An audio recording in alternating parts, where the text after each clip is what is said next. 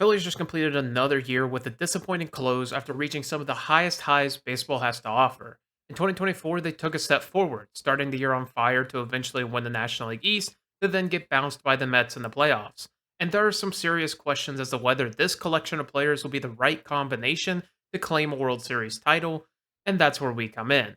This marks the 27th rebuild of the Rebuilding October series, which is a series where I rebuild a new team every day across the month of October. So whether you're looking for your favorite team or just generally curious as to how every team should approach the offseason, this is the series for you. And with that being said, let's bring the World Series back to Philadelphia. However, before we can talk about who the team needs to add, we need to look at who the team will lose into the free agent pool. For the Phillies, it's pretty straightforward with three relievers set to hit the market as unrestricted free agents. The problem is determining which ones the squad will continue forward with. The first of which is Carlos Esteves, who the team acquired at the deadline. Over his 20 appearances in the regular season for the Phillies, Esteves was very solid, posting a 2.57 ERA. However, his underlying numbers did trend back to where his career norms were as a high 3 ERA type reliever. The strikeouts were down in Philly, the walks were up, and so were the hits, and his FIP sat at 3.83. For a closer that will likely demand over $10 million next season, it's a risky investment for someone who might not be an elite closer. Jeff Hoffman is another name that put up tremendous numbers for the Phillies, posting a 2.17 ERA across 68 appearances while striking out over 12 batters per 9 innings. Playoffs aside, Hoffman has been a rock for this team and one that will continue to do so for the Phillies, as he should be the reliever the team decides to stick with this offseason. And then there's Spencer Turnball, who found his value as a low leverage reliever and spot starter. Turnball is actually pretty solid, posting a 2.65 ERA in 54 innings pitched, while striking out over 9.5 batters per 9 innings in that time frame. The underlying numbers still don't love Turnball, as they would indicate he should be closer to a high 3 ERA type pitcher. Either way, that 2024 performance was enough for him to get another contract in 2025, just not with the Phillies. For prospects, the Phils have three names that will make a respective impact on the squad in 2025. The first of which is Andrew Painter, who is ranked second in the Philly system and 32nd in all of baseball. Painter is exciting for prospects as they come, being a massive 6'7 starter with repeatable mechanics, leading to good control and with a fastball touching triple digits.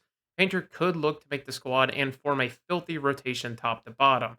He is coming off Tommy John surgery, which has prevented him from threatening the majors already, but with him pitching in the Arizona Fall League, there is no reason for Painter not to crack the roster at some point during the 2025 season. The next big time prospect the Phils could see in 2025 is Justin Crawford.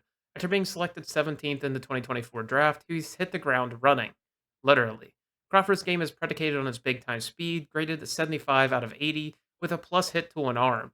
He'll make a six center fielder right out of the gate, and with hope of power in the future, Crawford could develop in a five tool sort of prospect. Either way, he would be a great addition to the Major League squad with their deficiencies in the outfield, but with only 40 games at Double-A, it might take a few months into the season to get there. And the final prospect is a bit less exciting in the form of Mick AEL. Following the theme of first-round picks, AEL headlined the Phillies' 2020 draft with great stuff. His fastball sits right below 100 and mixes in an above-average curveball and slider and changeup as well.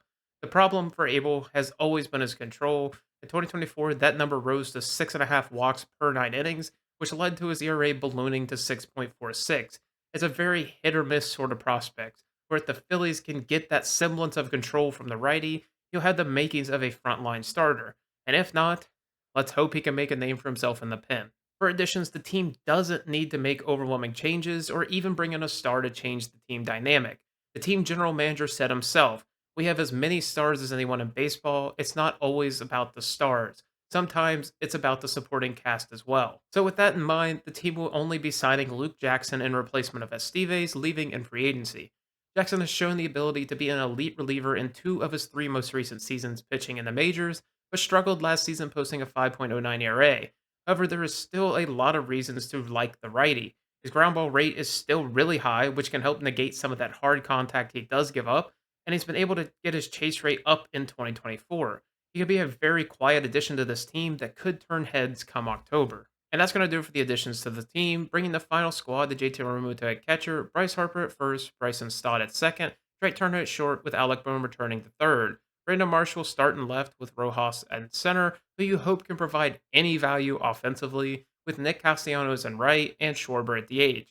The bench would consist of Edmundo Sosa, Austin Hayes as a fourth outfielder, and in platoon with Brandon Marsh, Garrett Stubbs as a backup catcher, with Weston Wilson grabbing the final roster spot. Wheeler and Nola would headline the rotation once again, with Ranger Suarez and Christopher Sanchez filling out the middle, with Taiwan Walker as the fifth option.